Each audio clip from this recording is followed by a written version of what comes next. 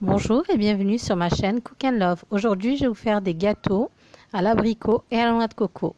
Donc pour cela, il vous faut un œuf, 75 g de beurre, 75 g de sucre, 80 ml d'huile, un demi-sachet de levure et un sachet de sucre vanille. Il vous faudra environ 200 g de farine. Et donc pour enrober tout cela, les gâteaux, il faudra de la confiture d'abricot et de la noix de coco. Et de la fleur d'oranger pour parfumer, donc en option pour ceux qui aiment bien. Et de la noix de coco, je ne sais plus si je l'ai dit. J'ai mis donc environ 80 g de beurre dans un saladier. Je viens rajouter mes 75 g de sucre en poudre, le sachet de sucre vanille.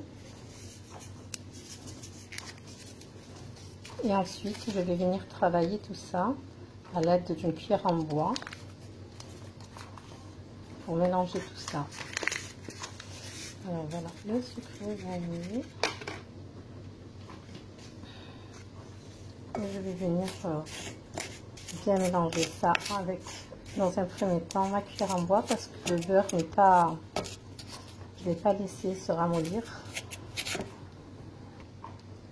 Après avoir bien mélangé les sucres avec le beurre, je vais venir ajouter un œuf et de l'huile. Donc pour l'huile, on avait dit qu'il fallait environ 80 ml. Je mets donc mon œuf, je remue.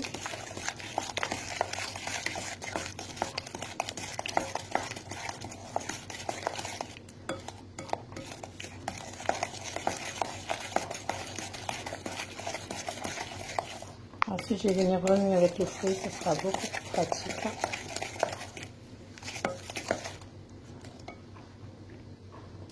Et ensuite, je vais rajouter mes 80 ml d'huile.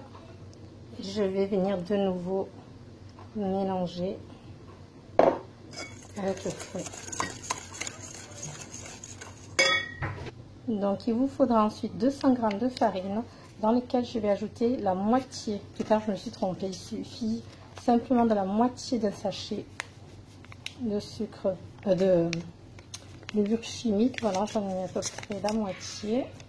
Et je vais venir bien mélanger la farine avec la levure.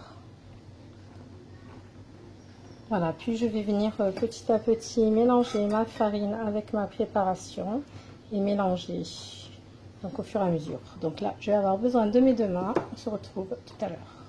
Voilà ce que ça donne. Vu que la pâte est bien collante, je vais venir la mettre à l'intérieur donc d'un sac congélation que je vais découper à la pointe. Comme ça, je pourrai presser pour former des boules directement sur la plaque de cuisson sans me salir les mains. Voilà donc ma pâte à l'intérieur et je vais venir former des petites boules.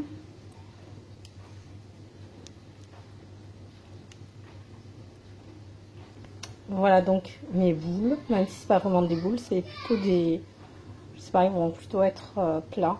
Mais bon, en général, ces gâteaux-là sont en forme de boule et non pas plats comme les miens. Mais sincèrement, les miens, ils sont très très bons, ils sont très fondants.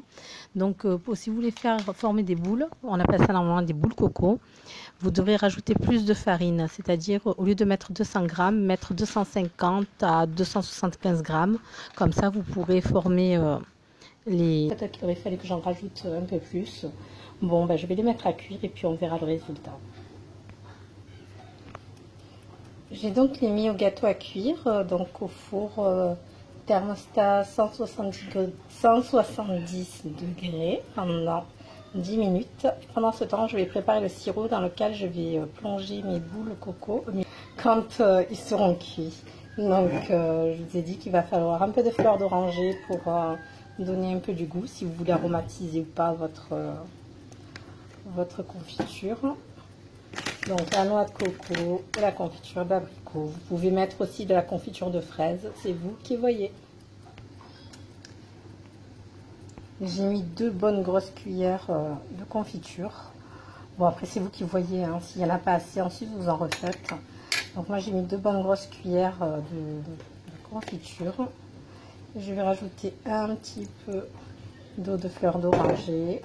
Et je vais mettre ça à feu doux. Je vais laisser tout ça se liquéfier, si je puis dire. Donc une fois que la confiture a fondu, je vais tremper mes gâteaux à l'intérieur. Je les laisse bien s'imbiber de confiture, ça permettra de les ramollir. Ensuite, je vais venir les enrober de noix de coco, comme ceci. Donc avec une fourchette, vous les retournez et ça donnera ces gâteaux-là. Donc pour que les gâteaux soient bien moelleux, il faut les laisser au moins, enfin ne pas les manger tout de suite.